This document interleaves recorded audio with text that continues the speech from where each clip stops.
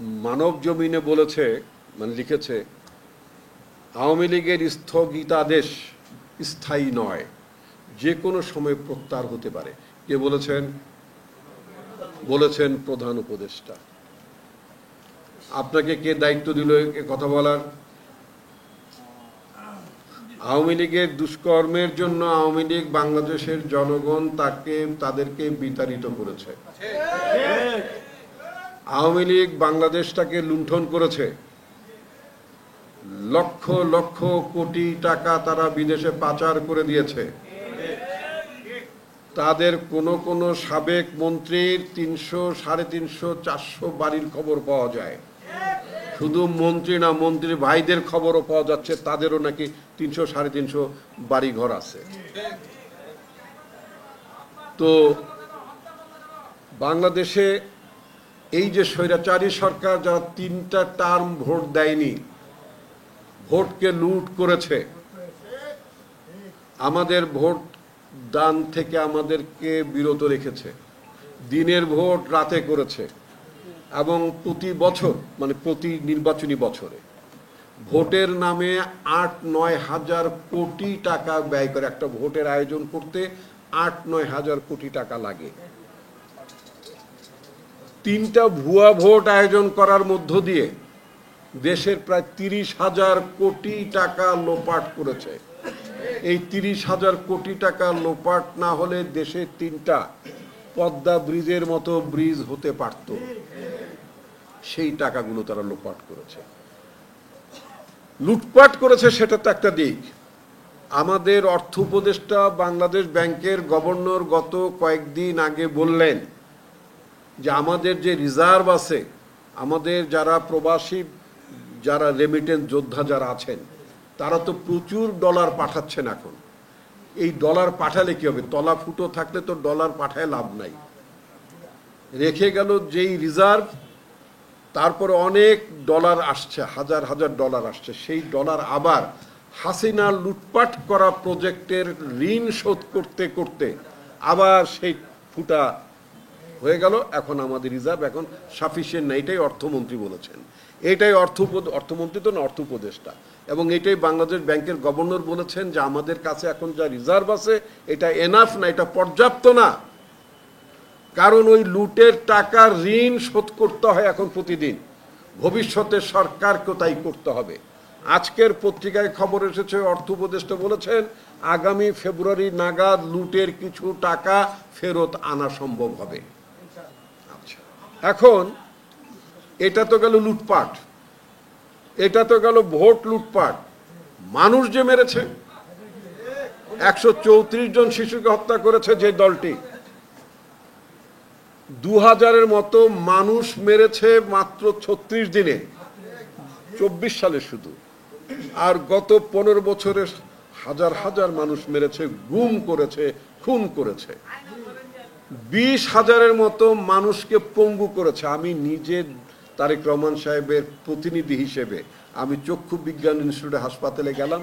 সেখানে 41 জন মানুষের সাথে আমার দেখা হয়েছে, কথা হয়েছে, যাদের কারোর 1 চোখ নাই, কারোর 2 চোখ নাই। এর মধ্যে কোরআনে হাফেজও আমি পেয়েছি।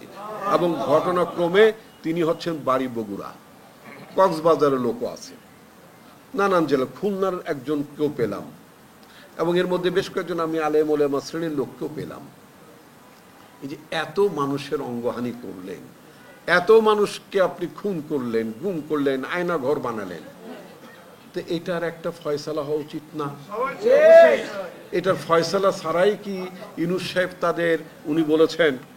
উনি বলেছেন যে তাদেরকে যে তাদের দলের মার্কা নিষিদ্ধ হয়নি, রেজিস্ট্রেশন স্থগিত মানে করা হয়নি, শুধুমাত্র তাদের কার্যক্রম নিষিদ্ধ করা, তারা এখন স্লোগান দিতে পারবে না, এইটুকুই।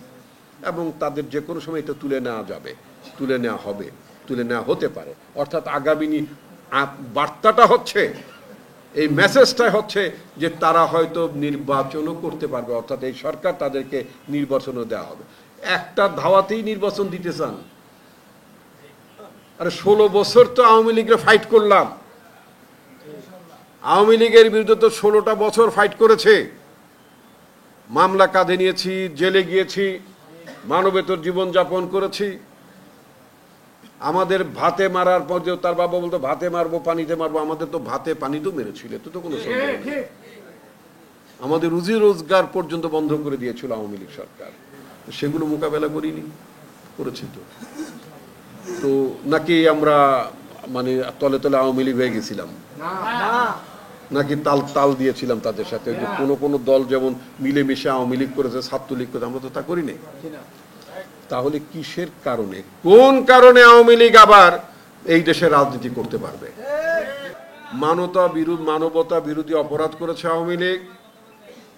মানবতা বিরোধী কাজ করার দায়ে আওয়ামী লীগের নির্বাচন করার, আওয়ামী লীগের রাজনীতি করার কোনো অধিকার বাংলাদেশের মাটিতে থাকবে না, থাকতে পারে না।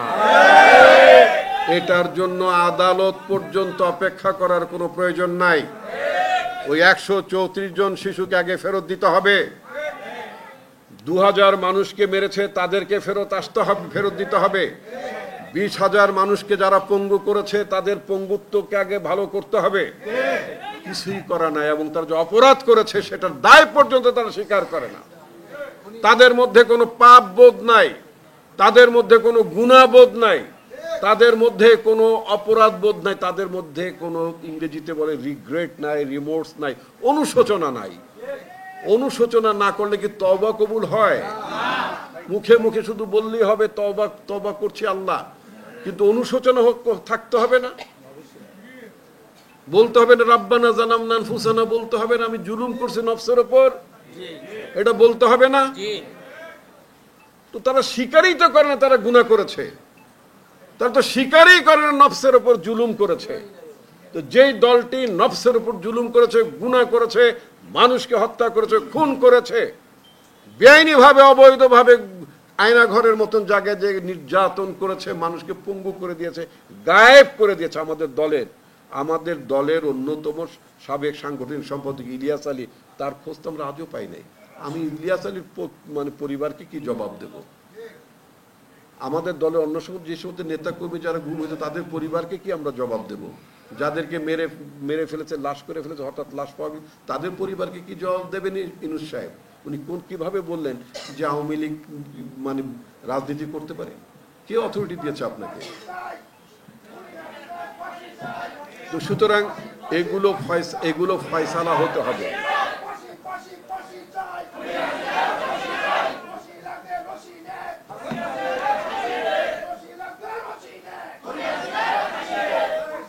রাখেন। তো এইগুলোর ফয়সালা হতে হবে। শাপলা চত্বরে যে আলেম ওলেমাদের ওপর যে তার যে নারকীয় সন্ত্রাস হয়েছে, এই আলেম ওলামাদেরকে যে হত্যা করেছে এবং তাদেরকে গায়েব করেছে, সেটার বিচার হওয়া দরকার না?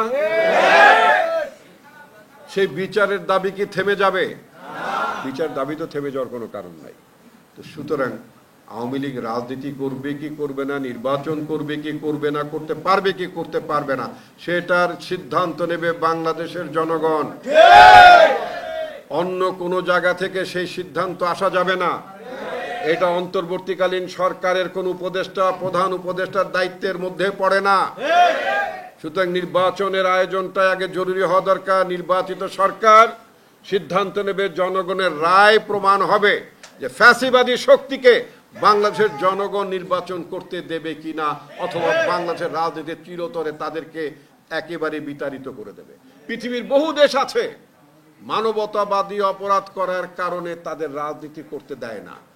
এই ইউরোপের জার্মান, ওখানে একটা নাৎসি পার্টি ছিল হিটলারের, আজও রাজনীতি করতে পারে না, সেই দলকে নির্বাচন করতে দেওয়া হয় না। ওই নাজিবাদ এবং নাৎসির কথা বললে তাদেরকে এখনো ঘাড় ধরে জেলে নেওয়া হয়। তো সুতরাং যারা এখন আওয়ামী লীগের নির্বাচন করতে পারবে কিনা, ইনক্লুসিভ ইলেকশন হবে কিনা, যারা এই সমস্ত কথাবার্তা বলেন, তাদের উদ্দেশ্যে বলতে চাই, ইউরোপে যান, জার্মানে যান, উদাহরণ দেখেন, ওখানে মানবতা বিরোধী অপরাধ করার কারণে হিটলারের পার্টির কি পরিণত হয়েছে। আর আমাদের দেশে লেডি হিটলার শেখ হাসিনার পার্টির পরিণতি ওই নাজি পার্টির মতোই হতে হবে। তাকে ভারতেই থাকতে হবে, তার শেষ জীবন ভারতেই থাকতে হবে। এই কারণে থাকা দরকার ভবিষ্যতের রাজনীতিকদের জন্য এটা একটা শিক্ষা। যদি কেউ জনগণের বিরুদ্ধে যায়, যদি জনগণের সম্পদ লুট করে, দেশের বিরুদ্ধে কেউ দাঁড়ায়, দেশের স্বার্থ যদি কেউ বিকিয়ে দেয়, তার মাটি বাংলাদেশে হয় না, তাকে অন্য জায়গায় থাকতে হবে।